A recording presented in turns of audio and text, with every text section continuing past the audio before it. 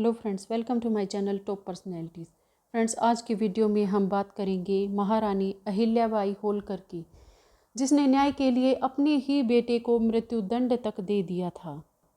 अहिल्याबाई होलकर का जन्म 31 मई 1725 को महाराष्ट्र राज्य के चोंडी नामक गांव, जो कि अब अहमदनगर के रूप में जाना जाता है, में हुआ था। वह एक सामान्य से किसान की पुत्री थी। उनके पिता मानकोजी शिंदे के एक सामान्य किसान थे। सादगी और घनिष्ठता के साथ जीवन व्यतीत करने वाले मनकोजी की अहिल्याबाई एकमात्र इकलौती पुत्री थी।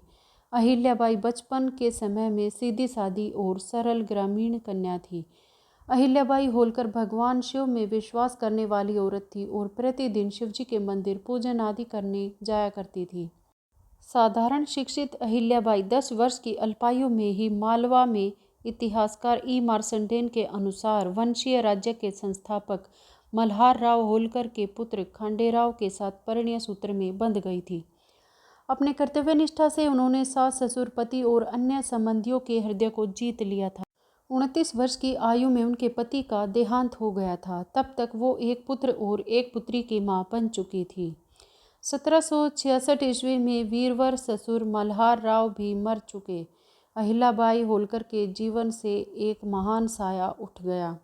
शासन की बागडोर संभालनी पड़ी। कालांतर में देखते ही देखते पुत्र मालेराव, दोहित्र नथु, दामाद फणसे, पुत्री मुक्ता भी माँ को अकेला ही छोड़कर चल बसे। परिणामतः माँ अपने जीवन से हताश हो गई, परंतु प्रजाहित में उन्होंने स्वयं को संभाला और सफल दायित्वपूर्ण राज संचालन करती हुई 13 अगस्त 1795 को नर्मदा के तट पर स्थित महेश्वर के किले में भारतीय इतिहास में अपना नाम स्वर्णाक्षरों में लिखकर सदैव के लिए महानिद्रा में सो गई। अहिल्याबाई को न्याय की देवी कहा जाता था। एक बार की घटना का जिक्र उन्हें लेकर बहुत प्रचलित है।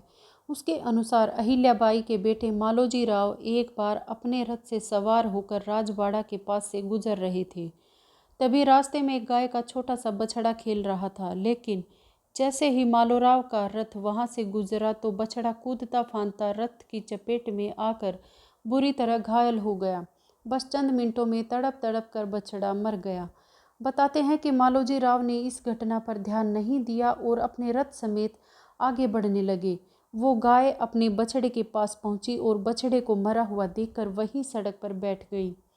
तभी वहां से अहिल्याबाई का रथ गुजरा। ये वो नज़ारा देखकर ठिठक गई। आसपास के लोगों से पूछने लगी कि यह घटना कैसे हुई, किसने बछड़े के साथ ये किया। कोई भी उनके बेटे का नाम लेते हुए डर रहा था। किसी को ये हिम्मत नहीं पड़ रही थी कि वो मालोजी राव का नाम बताए। फिर किसी ने हिम्मत करके उन्हें घटना का पूरा वृतांत बताया।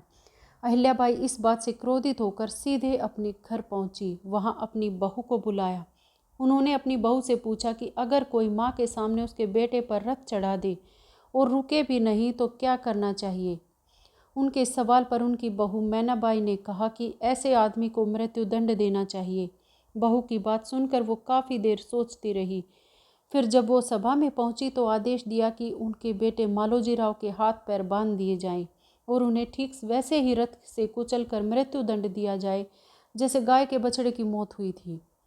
अहिल्याबाई के इस आदेश से सभी एकदम सहम गए। उनके आदेश को मानने की हिम्मत किसी में नहीं दिख रही थी। कोई भी उस रथ की लगाम पकड़ने को तैयार नहीं हुआ। वो काफ़ी देर इंतज़ार के बाद खुद उठी और आकर रथ की लगाम थाम ली। लेकिन जैसे ही वो रथ को आगे बढ़ाने लगी तभी एक ऐसी घटना हुई जिसने सभी के मन को झकझोर दिया। क्योंकि जैसे ही वो रथ को आगे बढ़ा रही थी तभी वहाँ गाय आकर उनके रथ के सामने खड़ी हो गई।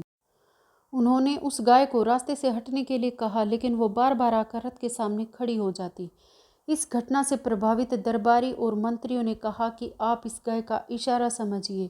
वो भी चाहती है कि आप अपने बेटे पर दया करें। किसी माँ को अपने बेटे के खून से अपने हाथ नहीं रंगने देना चाह रही। सभी ने कहा कि मालोजी राव अब बहुत कुछ सीख चुके हैं। वो कभी भविष्य में ऐसी घटना नहीं दोहराएंगे। अहिल्याबाई होलकर ने मालवा की रानी के रूप में 28 सालों तक शासन किया। ओंकारेश्वर पास होने के कारण और नर्मदा के प्रति श्रद्धा होने के कारण उन्होंने महेश्वर को अपनी राजधानी बनाया था। होलकर राज्य की निशानी और देवी अहिल्याबाई के शासन में बनवाई गई चांदी की दुर्लभ मोहरें अब भी मल्हार मार्तंड मंदिर के गर्भगृह में रखी हुई हैं। इन मोहरों का उपयोग अहिल्या के समय में होता था। अहिल्या के आदेश देने के बाद मुहर लगाई जाती थी। आदेश पत्र शिव का आदेश ही माना जाता था। अहिल्याबाई ने अपने राज्य की सीमाओं के बाहर भी काफ़ी कार्य किए। उन्होंने कई तीर्थ स्थानों के साथ ही कई मंदिर, घाट, कुएं, बावड़ियाँ, भूखे लोगों के लिए अन्न सत्र और प्याऊ का निर्माण भी कराया। अहिल्या के दिल में अपनी प्रजा के लिए काफ़ी प्यार और दया थी। वे जब भी किसी को मुसीबत या तकलीफ़ में देखती तो उसे मदद करने के लिए आगे आती थी। इसीलिए ही लोग उन्हें काफ़ी सम्मान और प्यार देते थे। अहिल्याबाई होलकर का इतिहास करीब 30 साल के अद्भुत शासनकाल के दौरान मराठा प्रांत की राजमाता अहिल्याबाई होलकर ने एक छोटे से गांव इंदौर को एक समृद्ध और विकसित शहर बनाने में अपनी महत्वपूर्ण भूमिका निभाई।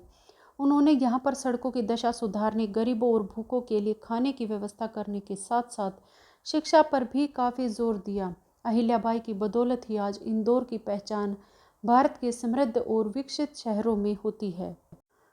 महारानी अहिल्याबाई की पहचान एक विनम्र और उदार शासक के रूप में भी थी। उनके हृदय में ज़रूरतमंदों, गरीबों और असहाय व्यक्तियों के लिए दया और परोपकार की भावना कूट कूट कर भरी हुई थी। उन्होंने समाज में विधवा महिलाओं की स्थिति पर भी खासा काम किया और उनके लिए उस वक्त बनाए गए कानून में बदलाव भी किया। अहिल्याबाई के मराठा प्रांत का शासन संभालने से पहले यह कानून था कि अगर कोई महिला विधवा हो जाए और उसका पुत्र ना हो तो उसकी पूरी संपत्ति सरकारी खजाना या फिर राजकोष में जमा कर दी जाती थी। लेकिन अहिल्याबाई ने इस कानून को बदलकर विधवा महिला को अपने पति की संपत्ति लेने का हकदार बनाया था। इसके अलावा उन्होंने महिला शिक्षा पर भी खासा जोर दिया। अपने जीवन में तमाम परेशानियां झेलने के बाद जिस तरह महारानी अहिल्याबाई ने अपनी अदम्य नारी शक्ति का इस्तेमाल किया वो काफ़ी प्रशंसनीय है। अहिल्याबाई कई महिलाओं के लिए प्रेरणा स्रोत हैं। तो फ्रेंड्स, आज की वीडियो में इतना ही। मिलते हैं अगली वीडियो में एक नई शख्सियत के साथ। तब तक के लिए खुश रहें, मस्त रहें। Thanks to all, thanks for watching, bye, take care.